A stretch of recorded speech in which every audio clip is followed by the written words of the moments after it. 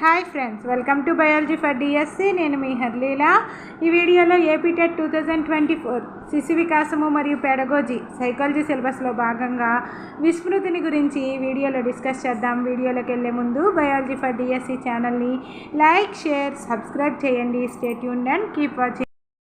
విస్మృతి గతంలో అభ్యసించిన విషయములను తిరిగి గుర్తుకు తెచ్చుకోలేకపోవడం లేదా గుర్తించలేకపోవడమే విస్మృతి. గతంలో అభ్యసించిన విషయములను తిరిగి గుర్తుకు తెచ్చుకోలేకపోవడం లేదా గుర్తించలేకపోవడమే విస్మృతి.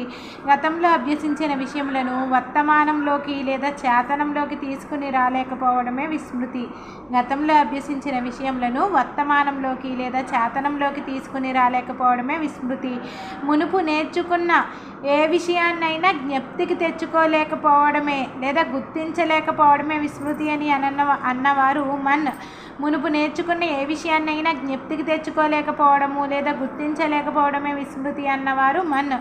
మూల ఉద్దీపన సహాయం లేకుండా వ్యక్తి తన భావనలను చేతనంలోకి పునరుద్ధరించలేకపోవడమే విస్మృతి అన్నవారు భాటియా. మూల ఉద్దీపన సహాయం లేకుండా వ్యక్తి తన భావనలను చేతనంలోకి పునరుద్ధరించలేకపోవడమే విస్మృతి అన్నవారు భాటియా. ఇంతకు ముందు నేర్చుకున్న విషయాన్ని ఏ సమయంలోనైనా ప్రదర్శించడానికి లేదా చేయడానికి ప్రయత్నించినప్పుడు జ్ఞప్తికి తెచ్చుకోలేకపోవడమే విస్మృతి అన్నవారు డ్రెవర్. ఇంతకు ముందు నేర్చుకున్న విషయాన్ని ఏ సమయంలోనైనా ప్రదర్శించడానికి లేదా చేయడానికి ప్రయత్నించినప్పుడు జ్ఞప్తికి తెచ్చుకోలేకపోవడమే విస్మృతి అన్నవారు డ్రెవర్. విస్మృతిపైన విస్తృతమైన ప్రయోగాలు చేసి విస్మృతి వక్రమును నిర్మించిన వారు ఎబ్బింగ్హాస్. విస్మృతిపై విస్తృతమైన ప్రయోగాలు చేసి విస్మృతి వక్రమును నిర్మించిన వారు ఎబ్బింగ్హాస్. విస్మృతి ప్రయోగాలు చేసి ఏదైనా ఒక విషయమును అభ్యసించిన తర్వాత ఎప్పుడు పునరభ్యసనం చేయనట్లయితే కాలం గడిచే కొద్దీ దీనిని ఎంతెంత శాతం వ్యక్తి మర్చిపోతాడో అన్నది ఎబ్బింగ్హాస్ తన మీద తాను చేసుకున్న ప్రయోగాల ఆధారంగా ఒక పట్టిక రూపంలో చెప్పడం జరిగింది. ప్రీవియస్ బుక్స్ కనుక మనం చూసినట్లయితే 20 నిమిషాలలో విస్మృతి శాతము 47%, స్మృతి శాతము 53%. 20 నిమిషాల్లో 47% మర్చిపోతాం. అంటే చదివిన తర్వాత మొదటి 20 నిమిషాలలో 47% మర్చిపోతాం. 53% గుర్తుంటుంది అనమాట. 20 నిమిషాలకి 50 నిమిషాలకి 50% మర్చిపోతాము, 50% గుర్తుంటుంది. ఒక రోజుకి 66% మర్చిపోతాము, 34% స్మృతి. 2 రోజులకి 72% విస్మృతిగా ఉంటుంది, 28% స్మృతిగా ఉంటుంది. స్మృతి శాతం అనమాట. 6 రోజులకి 75% విస్మృతి, 25% మాత్రమే స్మృతి శాతంగా ఉంటుంది. 31 రోజులకు 79 నుంచి 80% విస్మృతి శాతము, 31 రోజులకి 20 నుంచి 21% స్మృతి శాతంగా ఉంటుంది. మనకి 20 నిమిషాలకి అంటే న్యూ బుక్ ప్రకారం చూసుకున్నట్లయితే 20 నిమిషాలకి 47%, 53% స్మృతి శాతంగా ఉంటుంది. 2 రోజులకి 69%, 31% స్మృతి శాతంగా ఉంటుంది. 15 రోజులకి 75% విస్మృతిగా ఉంటే 15 రోజులకి 25% స్మృతి శాతంగా ఉంటుంది. 31 రోజులకి 78% విస్మృతి శాతంగా ఉంటే 22% స్మృతి శాతంగా ఉంటుంది. మనకి ఈ రెండింటిలో అంటే దేంట్లో ఖచ్చితంగా అయిన వివరాలు ఉన్నాయంటే ప్రీవియస్ బుక్స్లో ఖచ్చితమైన వివరాలు అనేవి ఇవ్వడం జరిగింది. 20 నిమిషాలకి 47% విస్మృతి ఉంటే 53% స్మృతి శాతము, 50 నిమిషాలకి 50% విస్మృతి శాతము, 50% స్మృతి శాతము, ఒక రోజుకి 66% విస్మృతి శాతము, 34% స్మృతి శాతము, 2 రోజులకి 72% విస్మృతి శాతము, 28% స్మృతి శాతము, 6 రోజులకి 75% విస్మృతి శాతము, 25% స్మృతి శాతము, 31 రోజులకి 79 నుంచి 80% స్మృతి శాతము, 20 నుంచి 27% స్మృతి శాతంగా ఉంటుందన్నమాట. ప్రీవియస్ బుక్స్ అనేవి ఖచ్చితమైంది. ప్రీవియస్ బుక్స్లో ఇచ్చిన ఇన్ఫర్మేషన్ ఖచ్చితమైంది. మనకి మోడల్ క్వశ్చన్స్ ఇవ్వడం జరిగింది. ఒక విద్యార్థి 100 పదములను అభ్యసించిన తర్వాత ఎటువంటి పునరభ్యసనం చేయకుండానే ఒక్కరోజు గడిచిపోయినట్లయితే ఎబ్బింగ్హాస్ ప్రకారం ఆ విద్యార్థి ఎన్ని పదాలు మర్చిపోయే అవకాశం ఉంది, ఎన్ని పదాలు గుర్తుపెట్టుకునే అవకాశం ఉంది అని అడిగారు. ఇక్కడ మనకి ఒక రోజుకి ఎంత శాతం మర్చిపోతాం మనం? ఒక రోజుకి 66%. 66% విస్మృతి, 66% మర్చిపోయి 34% గుర్తుపెట్టుకుంటాడు. అదే లెక్క అనమాట. ఒక రోజుకి 66% మర్చిపోతాడు, 34% గుర్తుపెట్టుకుంటాడు. నెక్స్ట్ సమ్ చూద్దాం. రాధ అనే విద్యార్థిని 48 అర్ధరహిత పదాలని అభ్యసించింది. ఎటువంటి పునరభ్యసనం చేయకుండానే 6 రోజులు గడిచిపోయింది. అయినా ఎబ్బింగ్హాస్ ప్రకారము రాధ ఎన్ని పదాలు మర్చిపోయే అవకాశం ఉంది, ఎన్ని పదాలు గుర్తుంచుకునే అవకాశం ఉంది అని అడిగారు. ఇక్కడ 6 రోజులకి మనకి 6 రోజులకి ఎంత? 75%. 75% విస్మృతిగా ఉంటుంది, 25% స్మృతి శాతంగా ఉంటుంది. 6 రోజులకి 75% విస్మృతి, 25% స్మృతిగా ఉంటుంది కదా. ఇక్కడ మనకి 6 రోజులకి విస్మృతి శాతం ఎంత అనుకున్నాం? 75%. 6 రోజులకి అప్పుడు మనకి ఎంత? 48. అంటే ఇక్కడ మనకి 75% కావాలి కాబట్టి 48 × 75% కదా. 75/100 = 36 పదాలని మర్చిపోతుంది. 36 పదాలని మర్చిపోతుంది. 6 రోజులకి స్మృతి ఎంత? 25 కదా. 48 × 25/100 = 12 పదాలు గుర్తుంటాయి. ఏదైనా ఒక విషయాన్ని అభ్యసించిన తర్వాత ఎటువంటి పునరభ్యసనము చేయకుండానే 6 రోజులు గడిచిపోయినట్లయితే ఎబ్బింగ్హాస్ ప్రకారము స్మృతి విస్మృతుల నిష్పత్తి ఎంత ఉంటుంది? 6 రోజులు గడిచిపోయిన విస్మృతి = 75% అనుకున్నాం. స్మృతి శాతం 25% అనుకున్నాం. ఇక్కడ చూసినట్లయితే 25% 75%, 1:3%. Next some.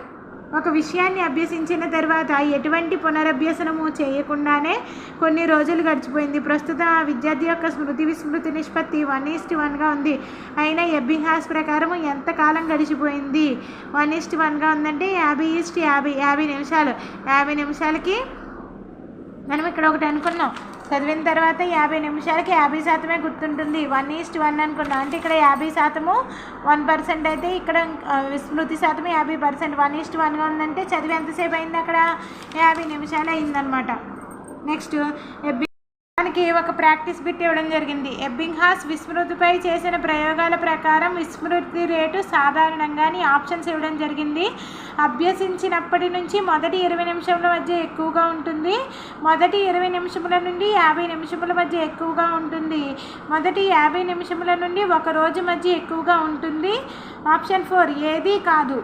ఇక్కడ కరెక్ట్ ఆప్షన్ ఏంటంటే ఆప్షన్ 1 అనమాట. అభ్యసించినప్పటి నుంచి మొదటి 20 నిమిషముల మధ్య విస్మృతి రేటు ఎక్కువగా ఉంటుంది. మొదటి 20 నిమిషముల మధ్య మనం విస్మృతి రేటు ఎక్కువగా ఉంటుంది. విస్మృతి ఎంత ఉంటుంది? మొదటి 20 నిమిషములలో 47% మర్చిపోతాం మనం మొదటి 20 నిమిషాల్లోనే. కాబట్టి మొదటి 20 నిమిషముల్లోనే 47% ఉంటుంది. అంటే అభ్యసించినప్పటి నుంచి మొదటి 20 నిమిషముల మధ్య విస్మృతి రేటు ఎక్కువగా ఉంటుందన్నమాట. ఇప్పుడు నెక్స్ట్ విస్మృతి రకాలు 4 రకాలుగా ఉన్నాయి. విస్మృతి, అనుపయోగం వల్ల విస్మృతి. మనం ఎందుకు మర్చిపోతాం? అనుపయోగం వల్ల విస్మృతి. అపసామాన్య విస్మృతి, దమనము లేదా ప్రేరేపిత విస్మృతి, జోక్యము లేదా అవరోధము వల్ల విస్మృతి అనమాట. 4 రకాలుగా విస్మృతులు ఉన్నాయి. అనుపయోగం వల్ల విస్మృతి, అపసామాన్య విస్మృతి మరలా 2 రకాలు, ఆమ్నీషియా లేదా స్మృతి నాశము లేదా ఫ్యూగ్ అన్నమాట. దమనము లేదా ప్రేరేపిత విస్మృతి 3వ రకము. 4వది జోక్యము లేదా అవరోధము. ఈ జోక్యములు లేదా అవరోధములో 4 రకాలు ఉన్నాయి. ఏంటవి? పురోగమన అవరోధము, తిరోగమన అవరోధము. అనుపయోగం వల్ల విస్మృతి, అభ్యసించినటువంటి విషయాన్ని తరచుగా ఉపయోగించకపోయినట్లయితే ఆ విషయాన్ని కొద్ది రోజులకు మర్చిపోవడం జరుగుతుంది. ఈ రకమైన విస్మృతిని అనుపయోగం వల్ల విస్మృతి అంటాం. అభ్యసించినటువంటి విషయాన్ని తరచుగా ఉపయోగించకపోయినట్లయితే ఆ విషయాన్ని కొద్ది రోజులకే మర్చిపోవడం జరుగుతుంది. ఈ రకమైన విస్మృతిని అనుపయోగం వల్ల విస్మృతి అంటాం.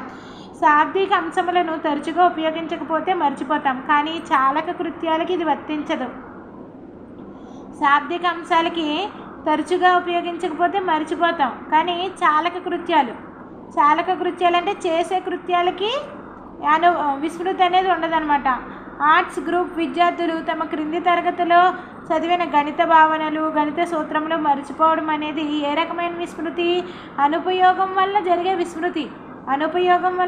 విస్మృతి. 10వ తరగతి వరకు మాత్రమే హిందీ చదివిన విద్యార్థి కొద్ది సంవత్సరాల తర్వాత చాలా వరకు ఆ హిందీ పదములను అర్థములు మర్చిపోవటం అనేది అనుపయోగం వల్ల విస్మృతి. ఇప్పుడు చూసినట్లయితే మనకి చాలక కృత్యాలకి ఇది వర్తించదు అన్నారు. చాలక కృత్యాలు అంటే ఉదాహరణకి సైకిల్ తొక్కడం అనమాట.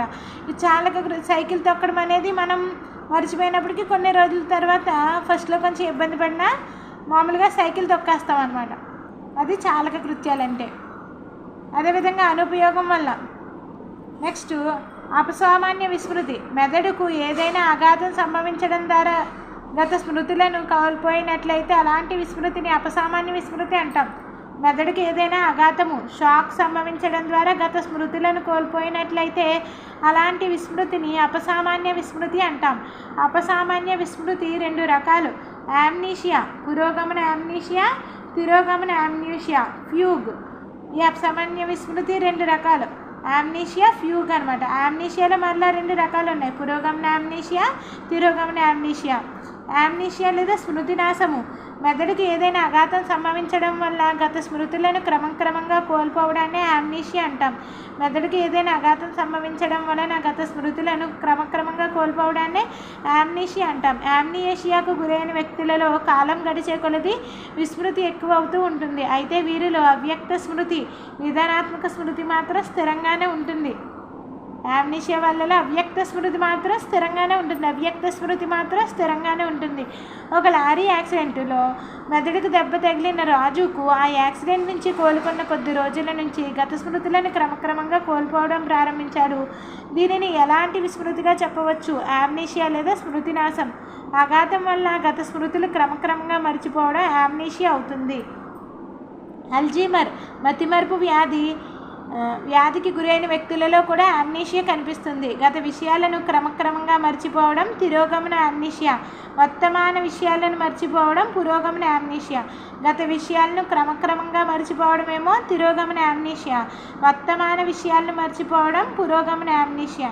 యామ్నీషియాలో మళ్ళీ రకాలు ఉన్నాయి కదా: పురోగమన యామ్నీషియా, తిరోగమన యామ్నీషియా. పురోగమన యామ్నీషియా అంటే ఏంటి? వర్తమాన విషయాలు అంటే ప్రస్తుతం జరుగుతున్న విషయాలు మర్చిపోవడం పురోగమన యామ్నీషియా. గత విషయాలని క్రమంగా మర్చిపోవడం తిరోగమన యామ్నీషియా. ఫ్యూగ్.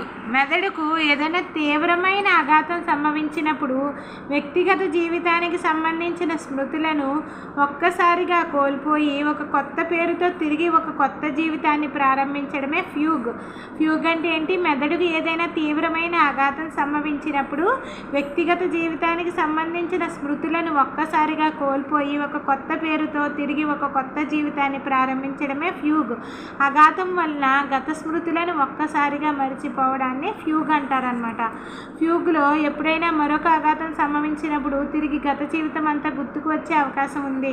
ఉదాహరణకి ఫ్యూగ్కి ఉదాహరణ ఏంటి? రాము ఆటలో తన తమ్ముడైన సుబ్బును ఒక బండరాయి మీదకు తోయడం వలన మెదడుకు తీవ్రమైన దెబ్బ తగిలి స్పృహ కోల్పోయాడు. చికిత్స తర్వాత స్పృహలోకి వచ్చిన సుబ్బు తన పేరును, తన వివరాలను ఏమీ చెప్పలేకపోతున్నాడు. దీనిని ఎలాంటి అపసామాన్య విస్మృతిగా చెప్పవచ్చు? ఫ్యూగ్గా చెప్పవచ్చు. నెక్స్ట్ దమనము లేదా ప్రేరేపిత విస్మృతి. ఉద్దేశపూర్వకంగా విస్మృతియే దమనం అనమాట. అంటే మనం కావాలని మర్చిపోవడాన్ని ఏమంటాము? దమనం అంటాం. వ్యక్తి తను పొందిన బాధాకరమైన అనుభవములను, అవమానకరమైన సంఘటనలను, తీరని కోరికలను ప్రయత్నపూర్వకంగా మర్చిపోవడాన్ని దమనం అంటాం. దమనం అంటే ఏంటి? ఉద్దేశపూర్వక విస్మృతియే దమనము. వ్యక్తి తను పొందిన బాధాకరమైన అనుభవాలను, అవమానకరమైన సంఘటనలను, తీరని కోరికలను ప్రయత్నపూర్వకంగా మర్చిపోవడాన్ని దమనం అంటాం. దమనం అనేది ఒక రక్షక తంత్రం. దమనము చేయబడ్డ అంశాలు వ్యక్తి యొక్క అచేతనంలో నిక్షిప్తమై ఉంటాయి. ఇవి కళల రూపంలో, మానసిక రుగ్మతల రూపంలో బహిర్గతమవుతూ ఉంటాయి. దమనం చేయబడ్డ అంశాలు వ్యక్తి యొక్క అచేతనంలో నిక్షిప్తమై ఉంటాయి. ఇవి కళల రూపంలో, మానసిక రుగ్మతల రూపంలో బహిర్గతమవుతూ ఉంటాయి. ఒక పుట్టినరోజు ఫంక్షన్లో స్నేహితుల మధ్య జరిగిన అవమానమును శృతి ఉద్దేశపూర్వకంగా మర్చిపోయే ప్రయత్నం చేసి కొద్ది రోజులకి ఆ సంఘటనను పూర్తిగా మర్చిపోయింది. ఇలాంటి విస్మృతిని ఏమంటాము? దమనం అంటాం. అంటే ఉద్దేశపూర్వకంగా మర్చిపోవడాన్ని దమనం అంటాం. నెక్స్ట్ ఏంటి? జోక్యము లేదా అవరోధము. రెండు సారూప్య అంశములను కొంతకాల వ్యవధులలో నేర్చుకున్నప్పుడు ఒక దానిని పూర్తిగా నేర్చుకోవడంలో రెండవది అడ్డు తగులుతూ ఉంటే అటువంటి దాన్ని ఏమంటాము? జోక్యము లేదా అవరోధం అంటాం. రెండు సారూప్య అంశములు అంటే రెండు ఒకే విధమైన అంశములను కొంతకాల వ్యవధిలో నేర్చుకుంటున్నప్పుడు ఒక దానిని గుర్తుకు తెచ్చుకోవడంలో రెండవది అడ్డు తగులుతూ ఉంటే దాన్ని జోక్యము లేదా అవరోధం అంటాం. ఈ అవరోధము రెండు విధాలుగా ఉంటుంది. జోక్య సిద్ధాంతం చెప్తుంది అనమాట. ఈ అవరోధము లేదా జోక్యం అనేది రెండు రకాలుగా ఉంటుంది అని జోక్య సిద్ధాంతం తెలుపుతుంది. పురోగమన అవరోధము, తిరోగమన అవరోధము. పురోగమన అవరోధం గురించి డిస్కస్ చేద్దాం. కొత్తగా నేర్చుకున్న పునఃస్మరణకు గతంలో నేర్చుకున్న విషయం అడ్డు తగులుతూ ఉంటే దానిని పురోగమన అవరోధం అంటాం. కొత్తగా నేర్చుకున్న విషయం పునఃస్మరణకు గతంలో నేర్చుకున్న విషయం అడ్డు తగులుతూ ఉన్నట్లయితే దానిని పురోగమన అవరోధం అంటాం. పురోగమన అవరోధానికి ఉదాహరణ కొత్త అభ్యసన పునఃస్మరణకు పాత అభ్యసనం అడ్డుపడడం. కొత్త అభ్యసన పునఃస్మరణకు అంటే కొత్త అభ్యసన గుర్తు రావడానికి పాత అభ్యసనం అడ్డు తగులుతూ ఉంటుంది. అటువంటి అవరోధాన్ని ఏమంటాము? పురోగమన అవరోధం అంటాం. కొత్త అభ్యసన పునఃస్మరణకు పాత అభ్యసనం అడ్డు పడుతూ ఉంటే దాన్ని పురోగమన అవరోధం అంటాం. ప్రోయాక్టివ్ అంటాం అన్నమాట. పురోగమన అవరోధాన్ని ప్రోయాక్టివ్ అంటాం. నెక్స్ట్ తిరోగమన అవరోధము. గతంలో నేర్చుకున్న విషయాన్ని గుర్తుకు తెచ్చుకుందామనే ప్రయత్నం చేస్తున్నప్పుడు ఇప్పుడు కొత్తగా నేర్చుకున్న విషయం అడ్డు తగులుతూ ఉన్నట్లయితే దానిని తిరోగమన అవరోధం అంటాం. పాత అభ్యసన పునఃస్మరణకి కొత్త అభ్యసన అడ్డుపడుతూ ఉంటే దాన్ని తిరోగమన అవరోధం అంటాం అన్నమాట. నెక్స్ట్ ఈ అవరోధానికి కనుక ఉదాహరణలు చూసుకున్నట్లయితే మొదటి పీరియడ్లో ఒక విద్యార్థి బెర్నౌలీ సూత్రాన్ని నేర్చుకున్నాడు. రెండో పీరియడ్లో ఆర్కిమెడిస్ సూత్రాన్ని నేర్చుకున్నాడు. అయినా ఆర్కిమెడిస్ సూత్రంను గుర్తు తెచ్చుకోవడంలో బెర్నౌలీ సూత్రం అడ్డు తగులుతూ ఉంటే అది పురోగమన అవరోధం అన్నమాట. అంటే మొదట నేర్చుకున్న బెర్నౌలీ సూత్రాన్ని రెండవ పీరియడ్లో నేర్చుకున్న ఆర్కిమెడిస్ సూత్రాన్ని నేర్చుకున్నాడు. అయితే ఇప్పుడు ఆర్కిమెడిస్ సూత్రం నేర్చుకుంటే గతంలో నేర్చుకున్న బెర్నౌలీ సూత్రం అడ్డు తగులుతూ ఉంది. కాబట్టి ఇదేంటి? పురోగమన అవరోధం. బెర్నౌలీ సూత్రంను గుర్తు తెచ్చుకోవడంలో ఆర్కిమెడిస్ సూత్రం అడ్డు తగులుతూ ఉంటే అది తిరోగమన అవరోధం. పురోగమన అవరోధం ఏంటి? ప్రస్తుతానికి గతం అడ్డొస్తే పురోగమన అవరోధం. తిరోగమన అవరోధం ఏంటి? గతానికి ప్రస్తుతం అడ్డొస్తే అది తిరోగమన అవరోధం అన్నమాట. మొదటి ఆఫ్రికా ఖండంలోని పర్వతముల పేర్లు నేర్చుకున్న విద్యార్థులు తరువాత ఐరోపా ఖండంలోని పర్వతముల పేర్లు నేర్చుకున్నారు. అయినా ఏ అనే విద్యార్థికి ఐరోపా ఖండంలో పర్వతముల పేర్లు గుర్తుకు తెచ్చుకోవడంలో ఆఫ్రికా ఖండముల పర్వతముల పేర్లు అడ్డు తగులుతూ ఉన్నాయి. ఇది ఏ అవరోధము? పురోగమన అవరోధము. మొదట ఏం నేర్చుకున్నారు? ఆఫ్రికా ఖండంలోని పర్వతముల పేర్లు నేర్చుకున్నారు. తర్వాత ఐరోపా ఖండంలో పర్వతముల పేర్లు నేర్చుకున్నాడు. అయితే ఏ అనే విద్యార్థికి ఐరోపా ఖండంలో పర్వతముల పేర్లు నేర్చుకోవడంలో ఆఫ్రికా ఖండ పర్వతముల పేర్లు అనేవి అడ్డొస్తున్నాయి. అంటే ఇక్కడ ప్రస్తుతం నేర్చుకున్న దానికి గతం అనేది అడ్డొస్తుంది. కాబట్టి ఇది పురోగమన అవరోధం అనమాట. బి అనే విద్యార్థికి ఆఫ్రికా ఖండంలోని పేర్లు గుర్తు తెచ్చుకోవడంలో ఐరోపా ఖండం పర్వతం పేర్లు అడ్డు తగులుతూ ఉంటే అది ఏ అవరోధము? గతానికి ప్రస్తుతం అడ్డొస్తే అది తిరోగమన అవరోధం అనమాట. గతంలో నేర్చుకున్న విషయాలకి గుర్తు తెచ్చుకోవడానికి ప్రయత్నిస్తున్నప్పుడు ఈ కొత్తగా నేర్చుకున్న అంశాలు అడ్డొస్తే అవి తిరోగమన అవరోధం అనమాట. సుమతి శతకం నేర్చుకున్న తర్వాత అంతకు మునుపు నేర్చుకున్న వేమన శతక పద్యాన్ని గుర్తుకు తెచ్చుకోవడంలో విద్యార్థి ఇబ్బందులు ఎదుర్కొంటున్నాడు. ఈ వాక్యంలోని అవరోధము తిరోగమన అవరోధము. నెక్స్ట్ విద్యార్థులలోని సారూప్య అంశములను అభ్యసించేటప్పుడు ఈ పురోగమన తిరోగమన అవరోధములు ఏర్పడుతూ ఉంటాయి. అలాంటి అంశములు బోధించేటప్పుడు వాటి మధ్య ఉండే భేదాలను పోలికలను హైలైట్ చేసి చెప్పడం ద్వారా జోక్య ప్రభావాన్ని ఉపాధ్యాయుడు నివారించవచ్చు. విద్యార్థుల్లో సారూప్య అంశాలను అభ్యసించేటప్పుడు ఈ పురోగమన తిరోగమన అవరోధములు క్లాస్ రూమ్లో ఏర్పడుతూ ఉంటాయి. అప్పుడు ఏం చేయాలి? అలాంటి అంశములు బోధించేటప్పుడు వాటి మధ్య భేదాలను పోలికలను హైలైట్ చేసి చెప్పడం ద్వారా ఈ జోక్య ప్రభావాన్ని ఉపాధ్యాయుడు నివారించవచ్చు. మనకి నెక్స్ట్ ఏంటి? Zeigarnik effect. పూర్తి చేసిన పనుల కంటే కూడా మధ్యలో ఆపివేసిన పనులు, మధ్యలో అంతరాయం కావించబడిన పనులు వ్యక్తికి బాగా గుర్తుంటాయి అని రష్యాకు చెందిన జైగార్నిక్ నిరూపించారు. దీనినే జైగార్నిక్ ఎఫెక్ట్ అంటాం. ఒక పిల్లవాడికి పూర్తి చేసిన హోంవర్క్ పాఠాల కంటే కూడా మధ్యలో ఆపివేసి వెళ్ళిపోయిన మ్యాథ్స్ హోంవర్క్ పాఠం బాగా గుర్తుంది. దీనిని మనోవిజ్ఞాన శాస్త్రపరంగా ఏమని పిలుస్తారు? జైగార్నిక్ ప్రభావం అంటారు. జైగార్నిక్ ఎఫెక్ట్ అంటే పూర్తి చేసిన పనుల కంటే మధ్యలో అంతరాయం కావించబడిన పనులు వ్యక్తికి బాగా గుర్తుంటాయి. అటువంటి ప్రభావాన్ని మనం ఏమంటాము? జైగార్నిక్ ప్రభావం అంటాం. ఒక పిల్లవాడికి పూర్తి చేసిన హోంవర్క్ పాఠాల కంటే కూడా మధ్యలో ఆపివేసి వెళ్ళిపోయిన మ్యాథ్స్ హోంవర్క్ పాఠం బాగా గుర్తుంటుంది. దీనినే మనోవిజ్ఞాన పరంగా జైగార్నిక్ ప్రభావం అంటాం. మరొక ప్రభావం ఏంటి? వాన్ రెస్పాట్ ఎఫెక్ట్ లేదా ఐసోలేషన్ ఎఫెక్ట్ లేదా వేర్పాటు. సారూప్య అంశములలో ఏదేని ఒక అంశము భిన్నంగా ఉన్నట్లయితే ఆ భిన్నంగా ఉన్న అంశము వ్యక్తికి బాగా గుర్తుంటుంది అని జర్మనీకి చెందిన హెడ్విన్ వాన్ రెస్పాట్ నిరూపించారు. దీనినే వాన్ రెస్పాట్ ఎఫెక్ట్ అంటాం. సారూప్య అంశములతో ఏదైనా ఒక అంశం భిన్నంగా ఉన్నట్లయితే ఆ భిన్నంగా ఉన్న అంశము వ్యక్తికి బాగా గుర్తుంటుంది అని జర్మనీకి చెందిన హెడ్విగ్ వాన్ రెస్పార్ట్ నిరూపించారు. దీనినే వాన్ రెస్పార్ట్ ఎఫెక్ట్ అంటాం. దీనినే ఐసోలేషన్ ఎఫెక్ట్ లేదా వేర్పాటు అంటాం అనమాట. అంటే డిఫరెంట్గా ఉన్నదే గుర్తుంటుంది. ఇటువంటి ఎఫెక్ట్ని ఏమంటున్నాం? వాన్ రెస్పార్ట్ ఎఫెక్ట్ లేదా ఐసోలేషన్ ఎఫెక్ట్ అంటాం. ఇది ఎవరు? జర్మనీకి చెందిన హెడ్విగ్ వాన్ రెస్పార్ట్ నిరూపించారు. కాబట్టి దీన్ని ఏమంటున్నాం? వాన్ రెస్పార్ట్ ఎఫెక్ట్ అంటున్నాం.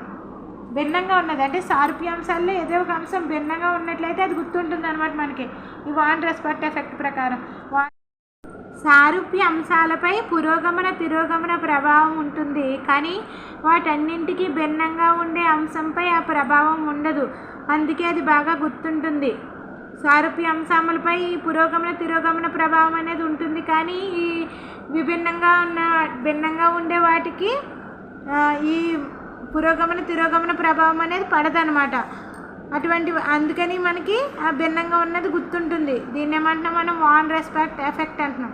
తెల్లటి ఉదాహరణలు చూసుకున్నట్లయితే వాన్ రెస్పార్ట్ ఎఫెక్ట్కి తెల్లటి యూనిఫామ్ను ధరించినటువంటి పిల్లల్లో యూనిఫామ్ను ధరించకుండా నల్లటి డ్రెస్తో వచ్చిన విద్యార్థి ప్రధాన ఉపాధ్యాయుడికి బాగా గుర్తుండిపోవడం అన్నది వాన్ రెస్పార్ట్ ఎఫెక్ట్ అనమాట. సీత, లత, నీతు, శృతి, నాగేశ్వరరావులలో భిన్నంగా ఉన్న నాగేశ్వరరావు అనే పేరు బాగా గుర్తుండిపోతుంది అనే దృగ్విషయం వాన్ రెస్పార్ట్ ఎఫెక్ట్.